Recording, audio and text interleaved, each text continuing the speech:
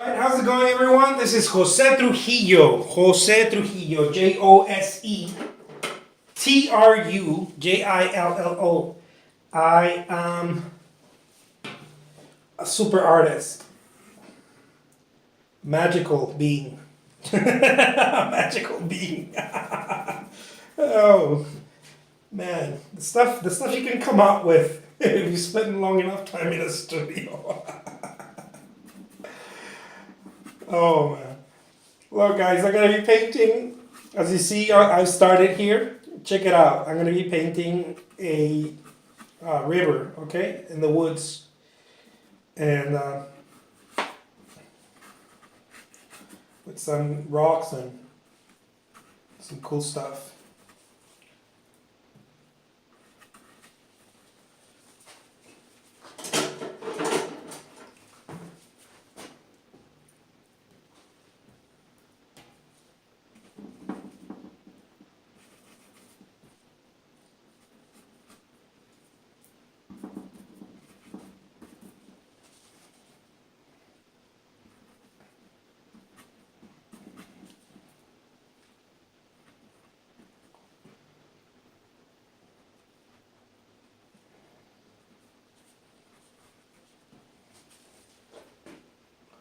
Those of you who are into learning different techniques and kind of checking out what I'm doing to get some inspiration, let me give you a little golden nugget here. If you haven't checked out my other videos, check them out too. The ones before this one, of course, the ones before this one. What I like to do is I like to pick up on color. I like to pick up on color. If I am painting out in the open air, if I'm doing a plein air painting, something like this would be out in the open air. The type of brushstroke that I'm using, kind of the immediacy you've seen with my other small paintings, even my large ones. I'll still take them out there. My large canvases, just for the fun of it. I'm not so interested in form. You see the lines that I drew right now are just to kind of block the form, just to kind of create some level of form.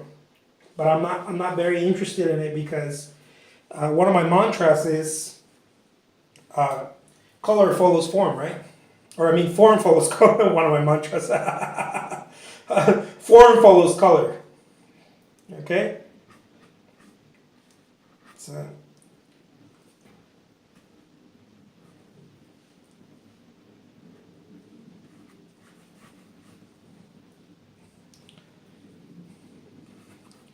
that's just how I do it, because if I focus on the form only, I believe I'm not really painting. I'm trying to structure something. But if I focus on color first, you need both things, right? Of course, but color, in my opinion, when it comes to painting, because painting is color. Color is senior to form, in my opinion. Doesn't mean that it's not important. It's just that color is senior to it. It comes before it. It comes above it. Now, if you just want to make something look realistic, and then you might learn from someone else. I don't know, you got to get the form down, or you got to get, I don't know. There's so many gurus out there. I'm not a guru. I'm not even an art instructor. Okay, I'm just sharing my process here with as many of you as possible. But that's what I believe. I believe that if you focus on form before focusing on color, and I'm not talking about color as in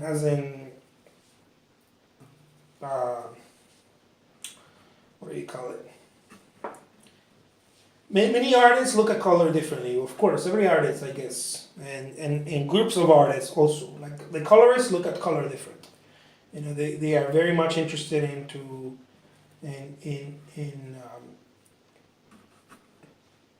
in the brightness and vibrancy and how vibrant they can take it, how they can take it up and down. Instead of using, earth tones, maybe they might be using purples or fuchsias, that kind of thing. I've seen one of my favorite, I don't know if he thinks he's a colorist or not. I don't know if he sees himself, but one of my favorite artists is Wolf Kahn, also because of that. Wolf Kahn kind of, it's pretty cool. A little grumpy old man, but it's pretty cool. Not that I met him, but based on on seeing him talk on YouTube, he seems I don't know, Wolfgang. I don't know if I'm ever gonna meet you, so I'm not going to keep this butt kissing. Okay. If I ever meet you, I'll say that my evil twin brother was talking crap about you. But anyways, I don't think that he maybe he won't see himself as a colorist, but I pretty much think he's a painter, of course, right? But if you want to label, I guess the way he does things, I would say he's very much a colorist. I think they're magical little beings. They do things differently. They don't go for the status quo. See, when I went to try to learn painting from kind of be mentored or shadow artist or whatever, I didn't like it. It didn't take long before I was like, nah. Maybe, I don't know if it's the rebellious in me. I don't know if it's the I don't know. Maybe because I was such a procrastinator when I was younger. I don't know. I don't know what it was. But I didn't like it. I was like, no. I'm going to tell you why I didn't like it. Even though they painted beautifully, right? You would be like, you're an idiot. You want to learn from these guys. I didn't want to learn. That's probably one of the reasons why I'm kind of doing things solo. I didn't want to learn. And I did first, right? So I was like, yeah, teach me. Let me see, right? I wanted to learn. But after a little while, I was like, no, thank you. It didn't take much. Everybody was painting the same way. Although beautifully, everybody was painting very beautiful, but everybody was doing the same damn thing. And I didn't want to be contrarian because, if that's even a word, because I just wanted to be that way. Just for the heck of it. No, the reason why is because I noticed that this might not be true in all circles. This was true where I was trying to learn, right? So I didn't want to go and spend more time in other circles. But everybody was sort of, I'm not gonna mention names, but everybody was sort of trying to mimic the big shots, the guys who were. And I thought to myself, this is what I thought to myself. Unless I have a direct, I have a direct in with what's his name? Chuck Close, or I'm not saying that they were trying to learn from him because that would have been awesome. No, they're trying to learn from guys who paint really nice, but everybody paints like that. It's really some other master's eye. And I told myself, right? Look, dude, you either paint in your crappy way, whatever that means. Some people think I don't like the way you paint. Right? But you paint you. This is what I told myself at that time. I was in my late teens. Or you become someone's echo. And it doesn't mean I don't like to learn from other people. I love learning from people. I love looking at other artists and learning from them. And seeing what works, what would work for me.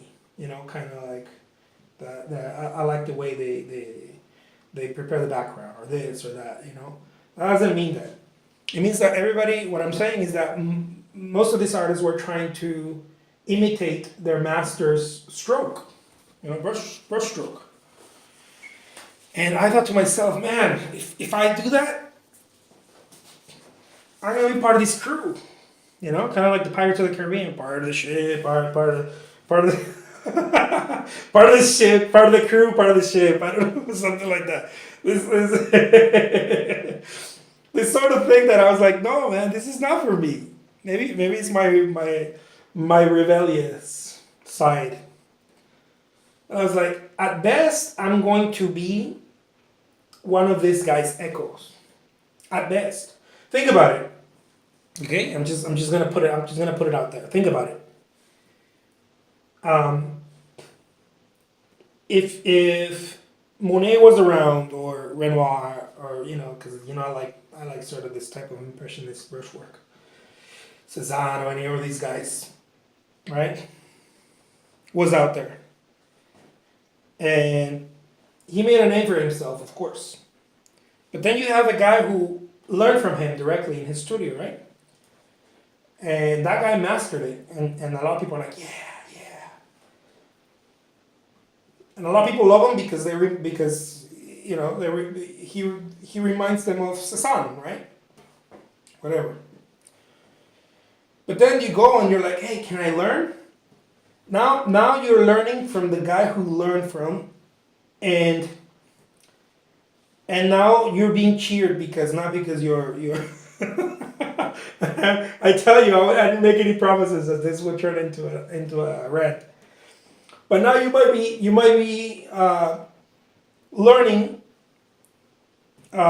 something from the person who, not learning something.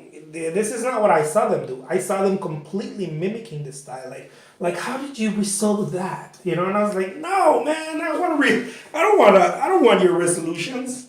I don't know. I don't want to know how you resolve that. I want to be able to learn how to paint and go out there and see for myself. This is the whole point of art.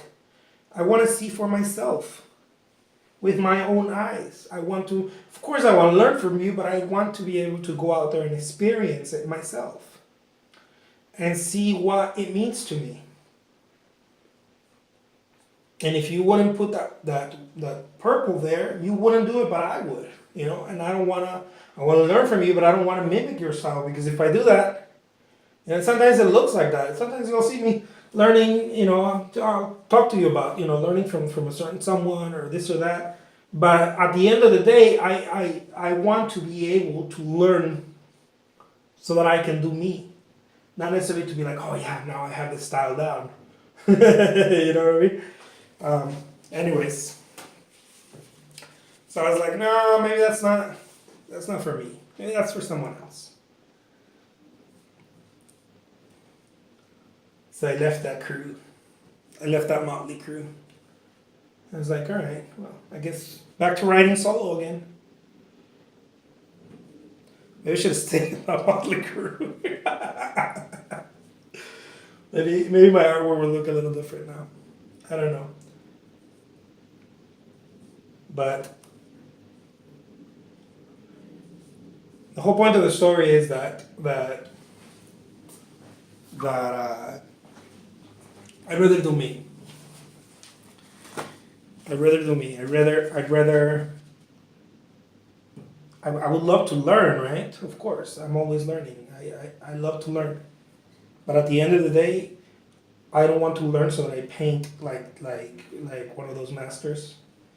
One of those glossy paper masters, which I hope to be one day. But to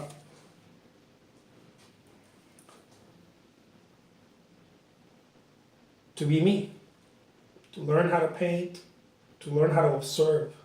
I don't really think that you have to learn how to paint. I think you have to learn how to observe. And if you have a mentor or a teacher who teaches you how to observe, I think you've hit the holy grail of painting. Not necessarily the mechanics of the colors and this and that. Those things are all important, how do you warm colors, how do you, cool colors, that kind of thing. All of that stuff is important, of course. Yeah, they're tools. It helps you, you know. But I believe that painting itself, painting, the art, the process of painting, is observation. And if you have a teacher or a mentor who teaches you how to observe, you've landed one of the holy grails of, if not the holy grail of painting. I think that's what Monet had with Eugene Baudin. I don't think he learned that from school. I don't think Monet learned that from school. I believe he learned it from Baudin, that he taught him how to observe. One thing is to learn how to paint, another thing is to learn how to observe. And I think that is one of the reasons why we're so drawn to painters like Van Gogh. We're like, yes, it's so abstract, but we're so drawn to him because although he might not have had all that education, it's evident in his paintings that he spent a good amount of time observing. You can tell, you can feel it, that he spent time observing. He was I like to call these painters master observers, scientists. They know how to look at the subject. And that, I feel like that, I think, who was it? Angres said that an artist who did not know how to draw could not paint, a painter, I don't think that he was necessarily referring to the whole drawing thing. And maybe people take it as that. I really think that he meant drawing, because in drawing you are forced to observe. I think that really the thing is that an artist who cannot observe, therefore cannot draw, right? Therefore cannot paint.